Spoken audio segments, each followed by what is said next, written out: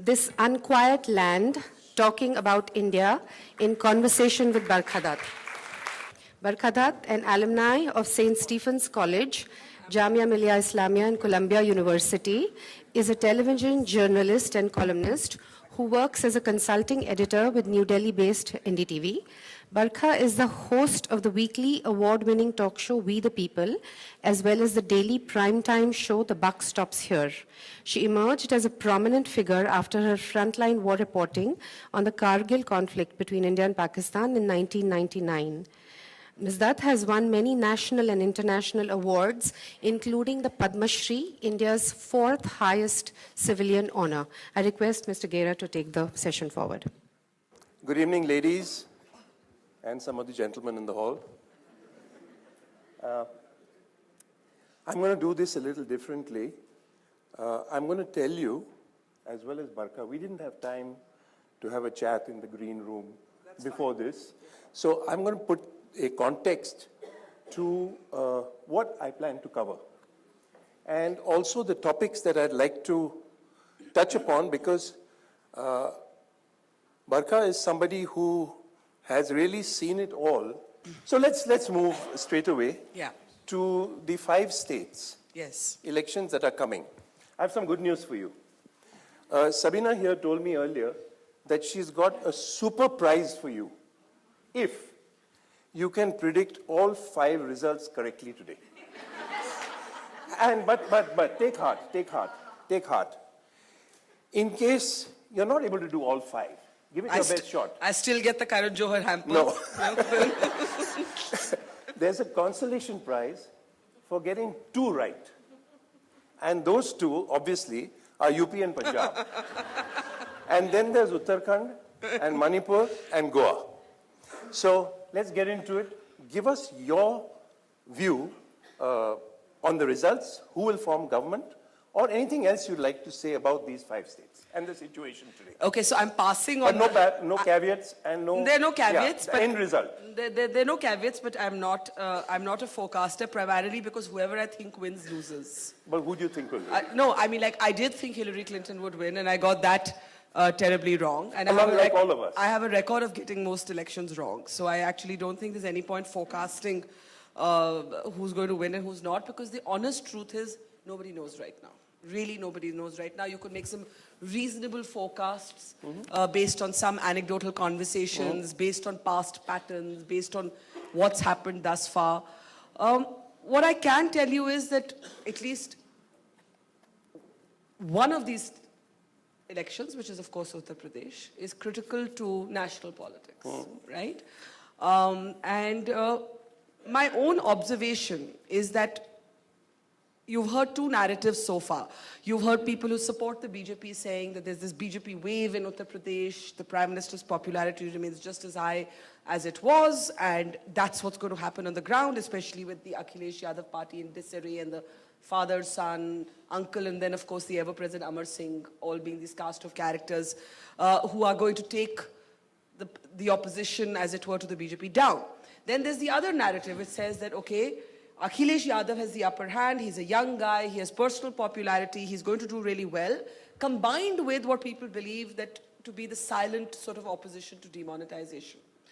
This narrative tends to think that if the BJP doesn't form the government in Uttar Pradesh, it would be some sort of A, referendum on demonetization, B, on national politics and the personal popularity of Mr. Modi.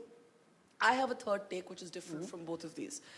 My take is, if you look at the pattern of previous elections, when the BJP has gone up against the Congress in a direct contest, it's usually the BJP that's done better since 2014. That has been the pattern in state elections. Even when the BJP does not declare a chief ministerial candidate. So let's talk about the state we're sitting in, Maharashtra. The reason that Fadnavis only emerged later, it was an ex post facto face that came up, right? He was not a declared chief ministerial candidate. Why did that work for the BJP at that time? Because the incumbents did not have any face. You had the Chawans quarreling amongst themselves. You had Ashok Chavan, Prithviraj Chavan. You had all this factionalism. You did not have any one credible face from the Congress or the NCP or the other parties. Similar in Haryana. So those were the exceptions where the BJP was up against the Congress, did not declare a chief ministerial candidate. The other side did not have a credible face, and the BJP won on the back of Narendra Modi's popularity. But if you see other states, if you see Bengal, if you see Bihar, if you see Delhi, these were three states where the BJP ran against a regional party that was not the Congress. In all three cases, it ran either with no chief ministerial candidate or a haphazardly chosen last-minute choice, like in Delhi, they chose Kiran Bedi at the last moment without much preparation. In all of these three cases, you had the regional parties actually defeating the BJP. So I think the BJP enters UP with that huge disadvantage of having no local face against a reasonably popular individual young face in Akhilesh Yadav. I do not believe, having said this, I do not believe that a possible defeat for the BJP would be a referendum on Modi necessarily, because I know enough people in Delhi, for example, who voted for Modi in the Lok Sabha and voted for Kejriwal in the Delhi election. And I still remember what one voter told me, and he said, "Netaon mein ahankar nahi hona chahiye. Never let a politician get too powerful." And I think the Indian voter does have this sensibility also. So I think it's a little more complex than we think. Bottom line. I'm not going to make a prediction, but I think Akhilesh has the upper hand. Okay. So that's a fair assessment. You know. Okay, rapid fire. Oh my God. All right. Your preferences, okay? Virat Kohli or MS Dhoni? Virat Kohli. Leander Paes or Sania Mirza? Sania Mirza. Donald Trump or Mike Pence? Donald Trump. Mamta Banerjee or Arvind Kejriwal? Similar. I'll allow you to say pass. No, similar or pass. Okay. Yeah. Okay. Raghuram Rajan or Ujit Patel? Raghuram Rajan. Rahul Gandhi or Akhilesh Yadav? Akhilesh Yadav. Okay. Narendra Modi or Amit Shah? They're the same. They're like one. They're very. It's not an either or. Who would you prefer? Pass. Okay. Because I don't see them as different. Shah Rukh Also. Khan or Amir Khan? Shah Rukh. See, no matter what you answer, and this is the wrong answer. Now, going back a little into history, Madhuri Dixit or Hema Malini? Hema Malini. Arun Jaitley or P. Chidambaram? No, not fair. Pass. That one really pass. I'll allow you to pass. Yeah. TRPs or Nation First? Neither. Both are slogans. Journalism. Okay. Journalism first. All right. Fair enough.